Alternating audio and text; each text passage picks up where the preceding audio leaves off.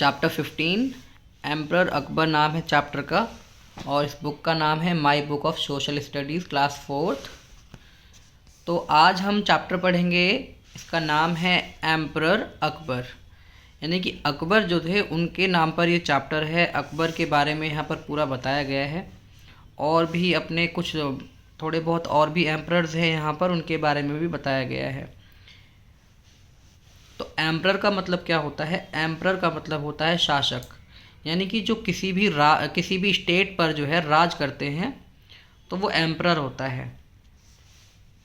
Start करते हैं यहाँ पर। अब यहाँ पर आप सर्च करके यहाँ पर सर्कल कीजिएगा कि किस किस ने जो है इंडिया को रूल किया है, यानी कि इंडिया के अंदर किस किस ने आके राज किया है।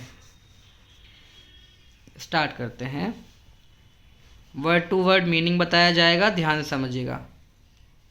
Akbar was one of the greatest rulers of India. तो अकबर जो थे वो इंडिया में सबसे बड़े रूलर माने गए। He ruled over a large empire.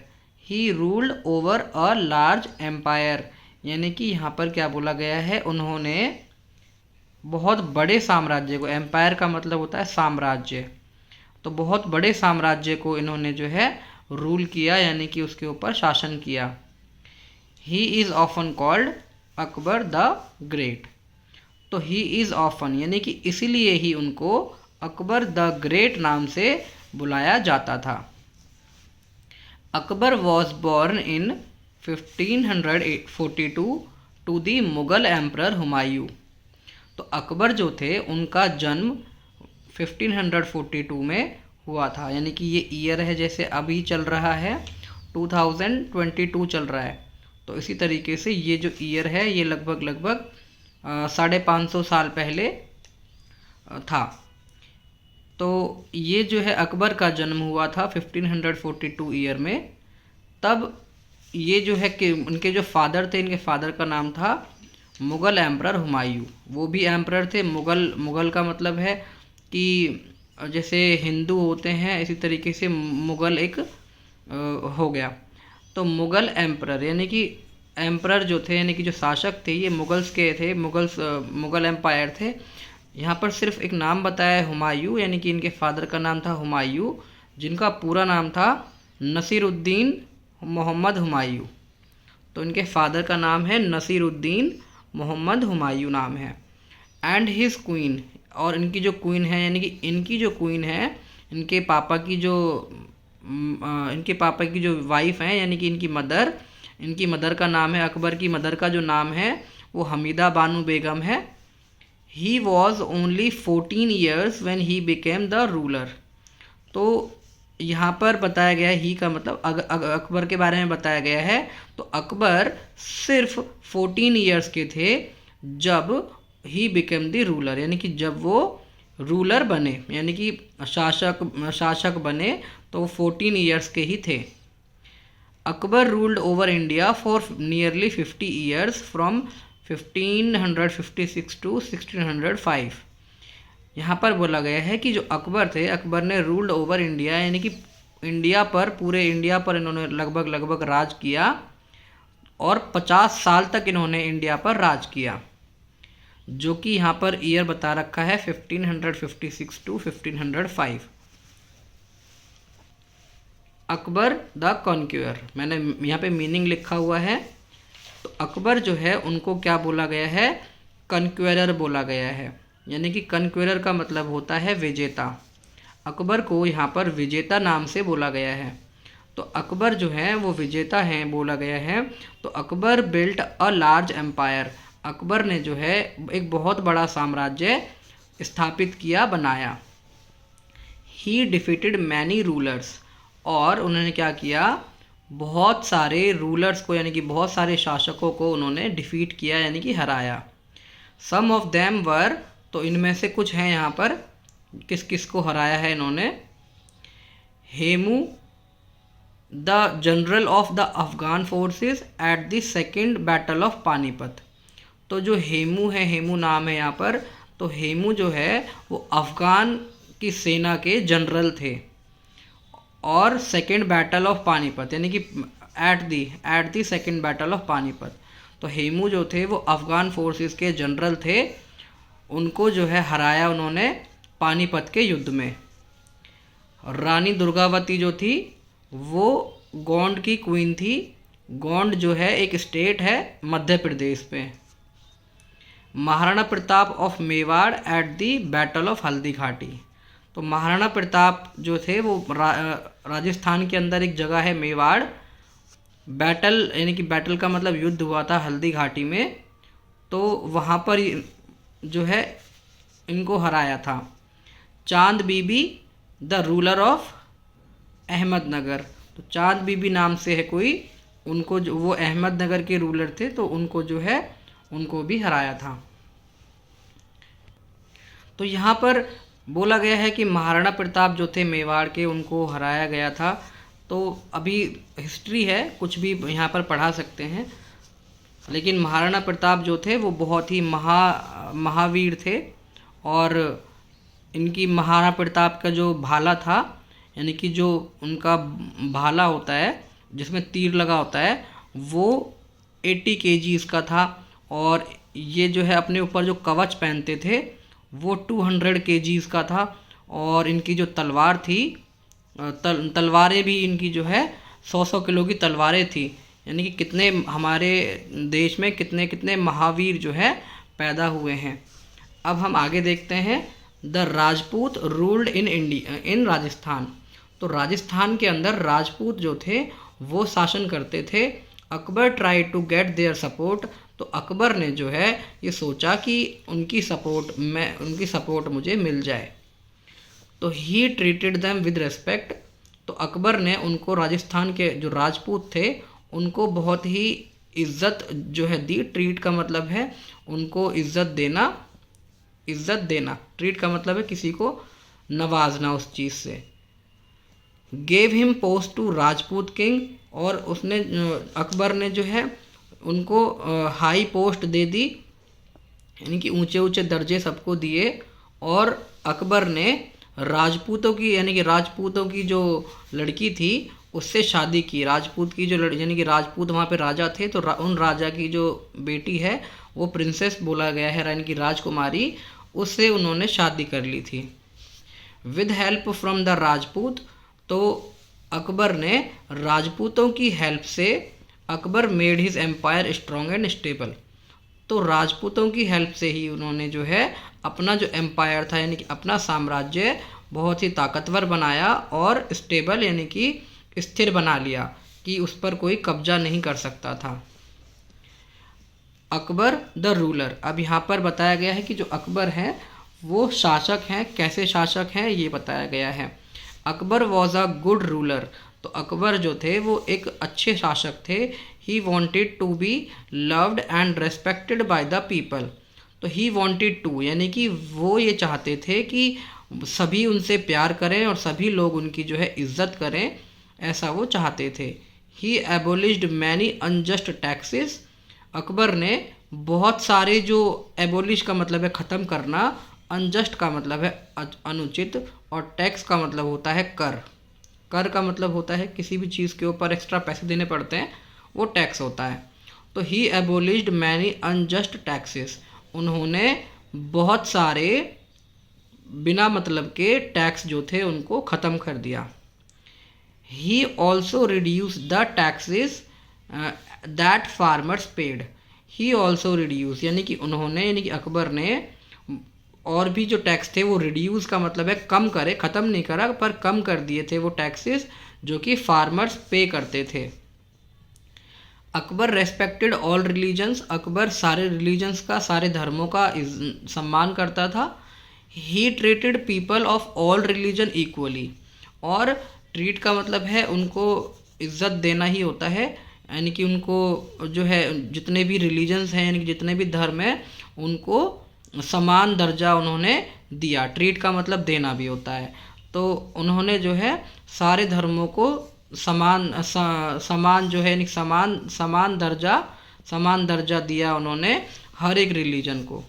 He realise that all religions taught the same thing.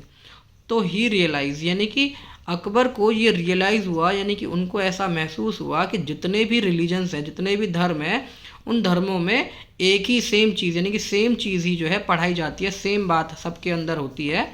तो अकबर ने फिर एक वर्ड निकाला अपनी तरफ से कि दीन ए इलाही, ये एक रिलीजियस पाथ कॉल्ड, यानी कि अकबर सजेस्टेड और रिलीजियस पाथ कॉल्ड दीन ए इलाही।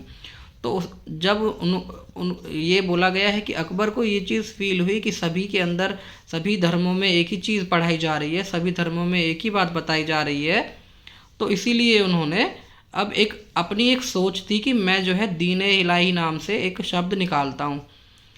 तो इसके according it was based on love, peace, respect and tolerance.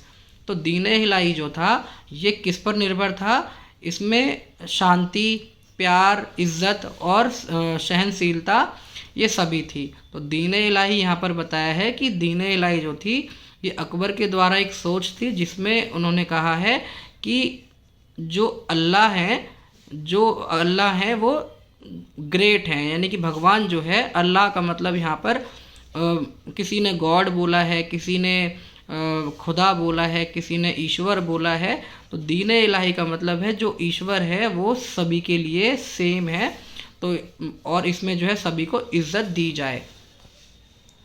अब यहाँ पर है Akbar got the Ramayana and the Mahabharata translated into Persian.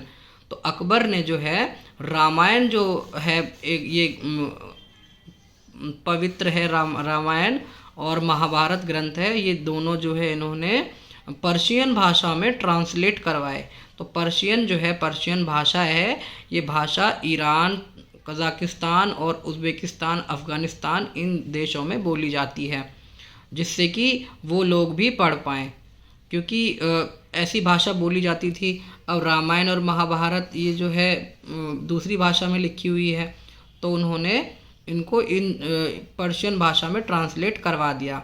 और he also encourage painters and musicians, और अकबर ने पेंटर्स को और म्यूजिशियंस को, यानी पेंटर्स का मतलब कलाकार को और म्यूजिशियंस का मतलब है संगीतकारों को, उनको भी इनकरेज किया। Akbar held a grand court. Some famous people in this court were Miyan Tansen, Abul फजल, राजा बीरबल, राजा तोडारमल भी कहते हैं, एंड राजा मानसिंह। तो अकबर की एक कोर्ट हुआ करती थी और उस कोर्ट के अंदर बहुत फेमस लोग बैठा करते थे। तो उनमें से यहाँ पे कुछ का नाम बताया है। तानसेन बैठता था, अब्दुल फजल, राजा बीरबल और राजा टोडरमल, राजा मानसिंह, ये यहाँ पर बैठा करते थे इनकी सभा में। तो तानसेन जो था वो सिंगर था, अब्दुल फजल जो था अब्दुल फजल जो है अकबर का बहुत बड़ा फ़ैन था, और अकबर ने जो है ये अब्दुल फजल जो है वो अकबर का बहुत बड़ा फ़ैन था। तो अकबरनामा नाम से उन्होंने एक किताब लिखी, यानी कि बायोग्राफी का मतलब होता है उनके बारे में, किसी के बारे में पूरे जीवन की कथा लिखना, किसी के बारे में वो बायोग्राफी होती है। तो बायोग्राफी जो है, यानी कि उनका जो जीवन के बारे में लिखा गया है वो बायोग्राफी है। तो उस बुक का नाम है अकबरनामा। अब राजा बीरबल जो है, यहाँ पर राजा बीरबल कौन है? राजा बीरबल जो है वो अकबर का एडवाइज़र था, यानी कि अकबर का सलाहकार। कोई भी बात होती थी तो वो बीरबल से सलाह लेते थे। To read a story on them turn the page. तो अब यहाँ पर अकबर और बीरबल के ऊपर एक कहानी है, तो ये नेक्स्ट पेज पर है। Akbar the builder. तो अकबर को जो है यहाँ पर एक बिल्डर भी बोला गया है, यानी कि उन्होंने बहुत सी चीज़ें बनवाई है, जैसे कि Akbar build the Agra fort. जैसे दिल्ली में लाल किला है, तो ऐसे ही आगरा में भी एक किला है जिसको आगरा फोर्ट के नाम से जानते हैं। तो आगरा फोर्ट वहाँ पे भी है, लाल किला बोलते हैं उसको। तो he also built a new city near Agra, और एक नई सिटी जो है उन्होंने बसाई जिसका नाम रखा गया फतेहपुर सीकरी। और अकबर की मौत 1605 में हो गई। After him his son Jahangir become the ruler. तो अकबर की जो है मौत हो गई 1605 में, और उसके बाद उनका लड़का जो है वो रूलर बना, यानी कि वो शासक बना। अब यहाँ पर एक कहानी दे रखी है, बीरबल डज इट अगेन। तो बीरबल के ऊपर ही है। तो एक बार की बात है कि एक वॉशरमैन था, यानी कि एक धोबी था, उसका नाम दीनू था। तो people in emperors Akbar court believe that seeing his face brought bad luck. तो पीपल यानी कि जो लोग थे एम्परर अकबर की कोर्ट में, एम्परर अकबर की कोर्ट में जो लोग थे वो बिलीव दैट मतलब ऐसा मानते थे कि अगर दीनू का किसी ने चेहरा देख लिया तो वो ब्रॉड बैड लक यानी कि वो उसके लिए एक बुरा नसीब लेकर के आएगा। तो यहाँ पर अकबर बैठा है, अकबर जो है दीनू को देख रहे हैं और दीनू एक सुबह की बात है, दीनू को देख रहे हैं यहाँ पे। तो ओ डियर देयर इज़ दीनू, ये चौंक जाते हैं। यहाँ पे एक सिंबल लगा हुआ है, एक्सक्लेमेटरी का साइन होता है। तो ये जो है देख रहे हैं इसको, तो ये चौंक जाते देख के, अरे यहाँ तो दीनू है। I wonder if I have a good day today, मैं तो ये आश्चर्य कर रहा हूँ कि मेरा सही दिन होगा या नहीं। तो थोड़ी देर बाद जब वो चलना शुरू करते हैं तो उनका पैर मुड़ जाता है और पैर पे उनके चोट लग जाती है। तो फिर थोड़ी देर बाद ही फिर जो है एक मधुमक्खी आती है और वो मधुमक्खी जो है उनकी फिंगर पे काट लेती है और फिर वो सोचते हैं कि it will swell up now, और ये सूज जाएगी, मेरी उंगली को काट लिया मधुमक्खी ने, अब मेरी उंगली सूज जाएगी। अब यहाँ पर लेटर इन द डे, तो उसी दिन में ही क्या हुआ फिर, the first person I saw today was Dinu. तो वो सोचते हैं कि यार मैंने दीनू को देखा था। Perhaps all this happen because of him, perhaps का मतलब है हो सकता है कि ये उसकी वजह से ही हो रहा हो। तो यहाँ पर जो उनकी कोर्ट में जो बाकी लोग बैठे वो कहते हैं यू आर राइट हुजूर, आप हुजूर सही सोच रहे हो, आपने उसकी शक्ल देखी थी ना तो इसकी वजह से आपको सारी चोट वगैरह ये सब लगी है। अब ये कहता है कि may no one else see his face again. तो अब ये कहता है कि हुजूर आपने तो उसकी शक्ल देखी, आप सही कह रहे हो, आप उसकी शक्ल देखने की वजह से ऐसा हुआ है। तो ये कह रहा है कि अब हम एक काम करते हैं, उसका चेहरा कोई नहीं देखेगा। He has brought a bad luck upon you, वो आपके ऊपर एक बुरा नसीब लेकर के आया है आपके लिए। तो ये कहता है कि he should be put to death, उसको जो है मौत की सज़ा दे देनी चाहिए। अब यहाँ पर बीरबल आया, तो बीरबल कहता है हुजूर you saw Dinu and you have a bruised leg and a bee sting. तो ये कहता है कि हुजूर आपने दीनू को देखा और आपके पैर में चोट लग गई और मधुमक्खी ने काट लिया। और फिर ये कहता है कि दीनू ने भी आपको देखा था, और दीनू ने जब आपको देखा तो दीनू जो है अपनी ज़िंदगी ही खोने वाला है, वो तो मरने ही वाला है। तो I wonder that who is more unlucky of the two. तो मैं ये सोच रहा हूँ कि आप में से, आप और दीनू दोनों में से कौन ज़्यादा बदनसीब है। तो बीरबल सोच में पड़ जाता है, यू आर राइट बीरबल, तुम तो सही सोच रहे हो। It is indeed a very foolish believe. तो ये सच में ही ये जो है एक मनगढ़ंत कहानी है कि किसी की शक्ल देख लेने से ही कोई बुरा काम होता है। तो यहाँ पर चैप्टर ख़त्म हो जाता है और क्वेश्चन आंसर ट्राई करिए, बहुत ही सिंपल क्वेश्चन आंसर्स हैं, बहुत ही सिंपल है। एंड आई होप आपको ये चैप्टर सही से समझ में आया है। और इसी तरीके से सारी वीडियोस जो है पूरे चैप्टर की, पूरी बुक की वीडियोस जो है यहाँ पर डाली जाएंगी। Thank you. नेक्स्ट चैप्टर हम पढ़ेंगे the age of exploration. Thank you so much.